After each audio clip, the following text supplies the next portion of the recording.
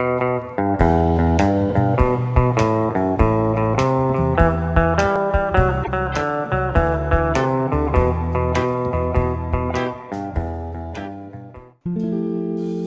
हैं कि किसी को हंसाना बहुत ही मुश्किल काम होता है, मगर आज मैं जिस व्यक्ति के बारे में बात करने जा रहा हूँ, उनके लिए किसी को हंसाना इज लाइक सेकेंड नेचर। वो जब भी स्क्रीन पर आते हैं तो लोगों के चेहरों पर एक मुस्कुराहट आ जाती है, और इस मुस्कुराहट को हंसी में बदलने में उन्हें ज़्यादा वक्त नहीं लगता।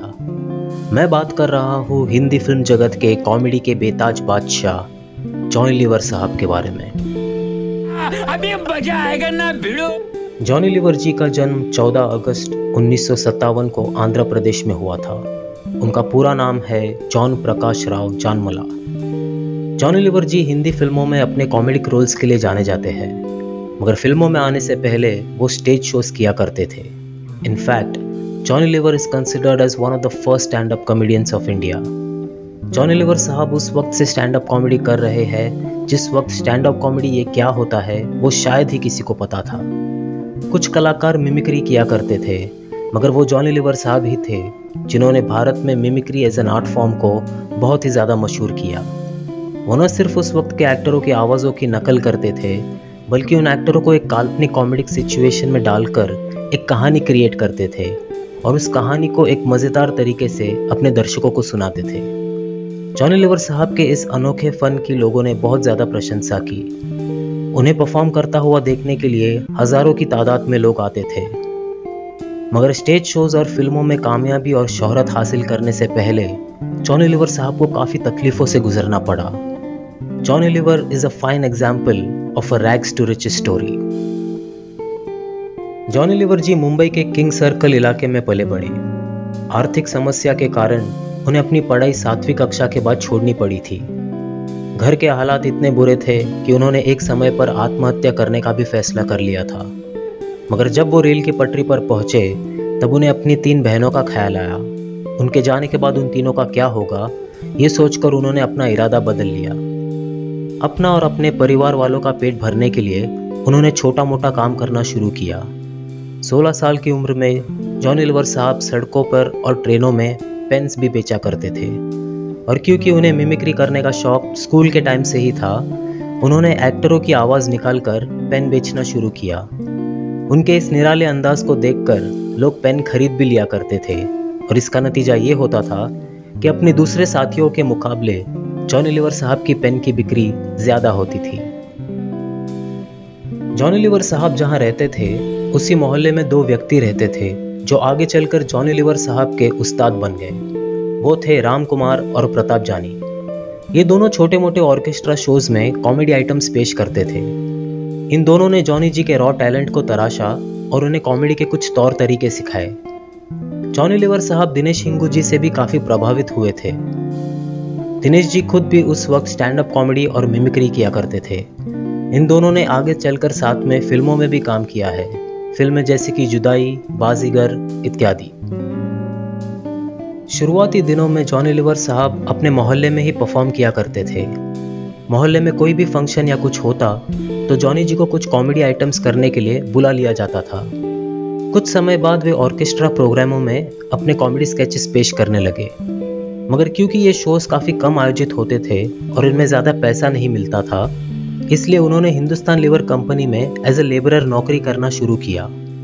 हिंदुस्तान लीवर कंपनी में काम करते करते वे कभी कभार शोज के लिए भी वक्त निकाल लिया करते थे। एक बार उन्होंने हिंदुस्तान लीवर कंपनी के एनुअल डे फंक्शन में परफॉर्म किया। उन्होंने वहां मौजूद सीनियर ऑफिसर्स की मिमिक्री की जो सभी को बहुत ज़्यादा पसंद आई। इनफैक्ट उनके मैनेजर ने माइक पर आकर ये घोषित कर दिया कि आज से ये जॉनी नहीं मिस्टर जॉनी लीवर बन गए हैं, और यही से जॉन राव बन गए जॉनी लीवर। जॉनी लीवर साहब ने 6 साल तक हिंदुस्तान लीवर कंपनी में काम किया और साथ ही साथ शोज भी करते गए। फिर आगे उन्हें इतने ज़्यादा शोज के ऑफर्स आने लगे कि उन्होंने एज ए लेबरर काम करना छोड़ दिया और फुल टाइम कॉमेडियन बनने का फैसला कर लिया। प्रेम श्रीवास्तव नाम के एक व्यक्ति थे जिन्होंने हिट परेड नाम से एक ऑर्केस्ट्रा ग्रुप बनाया था। जॉनी लीवर साहब भी इस ग्रुप का हिस्सा थे as a stand up comedian and mimicry artist. Prem Shrivastava ji ने एक्ट्रेस और मशहूर टीवी एंकर तबस्सुम जी को अप्रोच किया था और उनसे दरख्वास्त की थी कि वो इस ग्रुप को लीड करे। वो चाहते थे कि तबस्सुम जी इस ग्रुप को अपना नाम भी दे और इस तरह आगे चलकर इस ग्रुप का नाम पड़ा तबस्सुम हिट परेड। प्रेम श्रीवास्तव जी ने तबस्सुम जी से जॉनी लीवर साहब का भी जिक्र किया था और कहा था कि ये लड़का बिल्कुल कमाल है और आप इनसे ज़रूर मिलिए। और जब तबस्सुम जी ने खुद जॉनी जी के टैलेंट को देखा तो वो उनसे बेहद खुश हुई। फिर दोनों ने साथ मिलकर काफ़ी सारे शोज़ किए और उनके बीच एक भाई बहन का रिश्ता बन गया था। इनफैक्ट तबस्सुम जी की पहली डायरेक्टेड फिल्म तुम पर हम कुर्बान, जिसमें उन्होंने अपने बेटे होशंग गोविल को लॉन्च किया था, उसमें तबस्सुम जी ने जॉनी लीवर साहब को भी एज अ कॉमेडियन पहली बार फिल्मों में इंट्रोड्यूस करवाया था। हालांकि जॉनी लीवर साहब की डेब्यू फिल्म थी ये रिश्ता ना टूटे, जो 1981 में रिलीज हुई थी, लेकिन उन्होंने फिल्म तुम पर हम कुर्बान से ही कॉमेडिक रोल्स करने की शुरुआत की। काफ़ी समय तक तबस्सुम हिट परेड में काम करने के बाद तबस्सुम जी ने जॉनी लीवर साहब को मशहूर म्यूजिक डायरेक्टर डुओ कल्याण जी आनंद जी से मिलवाया। कल्याण जी आनंद जी काफ़ी सारे लाइव म्यूजिकल शोज किया करते थे। ये शोज न सिर्फ भारत में बल्कि इंटरनेशनली भी आयोजित किए जाते थे। जॉनी लीवर साहब भी कल्याण जी आनंद जी के म्यूजिकल ट्रूप से जुड़ गए और उनके साथ टूर करने लगे। उस वक्त म्यूजिकल परफॉर्मेंसेस के बीच का जो ब्रेक होता था, उसी टाइम स्टैंड अप कॉमेडी के आइटम्स रखे जाते थे एज फिलर्स। लेकिन लोगों को ये स्टैंड अप कॉमेडी के आइटम्स इतने ज़्यादा पसंद आने लगे कि आगे चलकर स्टैंड अप कॉमेडी के अलग से स्पेशल शोज होने लगे और इसका श्रेय जॉनी लीवर साहब जैसे स्टैंड अप कॉमेडियंस और मिमिक्री आर्टिस्टों को जाता है। स्टेज शोज के अलावा जॉनी लीवर जी ने काफ़ी सारे कॉमेडी स्केचेस कैसेट्स के थ्रू भी रिलीज़ किए। ये कैसेट्स लोगों के बीच काफ़ी ज़्यादा मशहूर हुए और जॉनी लीवर साहब के ऑडियंस की रीच और भी ज़्यादा बढ़ गई। मुझे याद है मेरे डैड ने भी ये कैसेट्स खरीदे थे। मैं और मेरे घर वाले इन कैसेट्स को बार बार सुनते और खूब मज़े लेते। अपने फिल्मी करियर की शुरुआत में जॉनी लीवर साहब ने कई फिल्मों में कॉमेडिक रोल्स किए, मगर उन्हें ज़्यादा स्क्रीन टाइम नहीं मिल पाया। लेकिन 1993 में आई फिल्म बाजीगर ने उन्हें काफ़ी ज़्यादा पॉपुलर बना दिया। न सिर्फ उन्हें एक लंबा रोल मिला, बल्कि उनके बाबूलाल के कैरेक्टर को लोगों ने बहुत ही ज़्यादा पसंद किया। इस फिल्म के लिए उन्हें best actor in a comedic role Filmfare award के लिए भी नॉमिनेट किया गया था, मगर वो ये अवार्ड जीत न सके। Personally I feel he was robbed, क्योंकि इस फिल्म के लिए वो ये अवार्ड डिजर्व करते थे। और मुझे यकीन है कि अगर आप उस साल के नॉमिनेशंस देखेंगे तो आप में से ज़्यादातर लोग मेरी इस बात से सहमत होंगे कि जॉनी भाई को ये अवार्ड मिलना चाहिए था। बट देन अगेन, चाहे वो फिल्म फेयर अवार्ड्स हो या ग्रैमीज या Oscar awards, the most deserving individuals don't always win. Baazigar film के बाद उन्हें लंबे स्क्रीन टाइम वाले काफ़ी सारे रोल्स मिलने लगे। कोई फिल्मों में तो उन्हें सिर्फ एक कॉमिक रिलीफ के तौर पर लिया जाता था, यानी कि फिल्म के सेंट्रल स्टोरी से उनके कैरेक्टर का कुछ खास लेना देना नहीं होता था। उनके कैरेक्टर की अपनी अलग पैरेलल स्टोरी चलती रहती। मिसाल के तौर पे जुदाई, अनाड़ी, लव के लिए कुछ भी करेगा इत्यादि। जॉनी लीवर साहब अच्छी कॉमेडी कर लेते हैं, ये हम सभी जानते हैं, मगर मेरे हिसाब से वो एक अंडररेटेड डांसर भी है। एटलीस्ट ज़्यादातर लीड एक्टर्स के मुकाबले जॉनी भाई काफ़ी ज़्यादा ग्रेसफुल है। कुछ फिल्मों के गाने मुझे याद है जहां उन्हें डांस करते हुए देखा जा सकता है। तेजाब फिल्म के 1, 2, 3 मेल वर्जन वाले गाने में आप उन्हें बैकग्राउंड में डांस करते हुए देख सकते हैं। इसके अलावा फिल्म जोरू का गुलाम का गाना नीचे फूलों की दुकान ऊपर गोरी का मकान, इसमें आप उन्हें गोविंदा जी के साथ डांस करते हुए देख सकते हैं।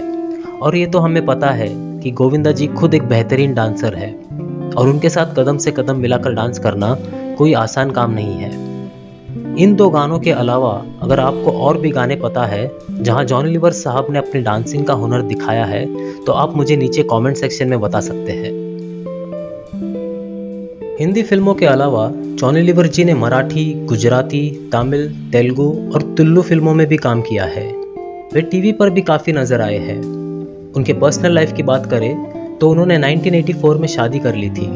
उनके पत्नी का नाम है सुजाता लीवर। उनके 2 बच्चे हैं, बेटी जैमी और बेटा जेसी। वैसे मैं आप लोगों को ये भी बता दूं कि जॉनी लीवर जी की बेटी जैमी लीवर भी अपने पिता के नक्शे कदम पर चल रही है। वो खुद भी एक काफ़ी अच्छी कॉमेडियन और मिमिक्री आर्टिस्ट है। उन्होंने अब तक 3 फिल्मों में काम भी किया है, किस किस को प्यार करूं, हाउसफुल 4 एंड मोस्ट रिसेंटली भूत पुलिस। जॉनी लीवर साहब ने हमें काफ़ी सारे यादगार कैरेक्टर्स दिए हैं, मसलन कैची, बाबूलाल, हीरालाल, गफूर भाई, अन्ना पिल्ले, छोटा छतरी, कन्हैया, लिंगैया, असलम भाई, अप्पू खोटे, पप्पी भाई, टोबू बोलता है, मुन्ना भाई, टोपी। अरे यार, 1 डज़न से भी ज़्यादा कैरेक्टर्स हो गए। मैं जब भी लो फील करता हूँ तो मैं यूट्यूब पर उनके कॉमेडी वाले सीन्स देख लेता हूँ और यकीन मानिए कुछ ही देर बाद मन खुश हो जाता है। टिल डेट जॉनी लीवर जी ने तकरीबन 300 से भी ज़्यादा फिल्मों में काम किया है और उससे भी कई ज़्यादा स्टेज शोज किए हैं, देश में भी और विदेश में भी। और आज भी वे लगातार काम कर रहे हैं और अपने फन से लोगों के दिलों को खुश कर रहे हैं। मेरी यही उम्मीद है कि आगे भी जॉनी लीवर साहब हमें इसी तरह हंसाते रहे और हमारा भरपूर मनोरंजन करते रहे। लव यू जॉनी भाई। Ladies and gentleman, presenting Johnny liver.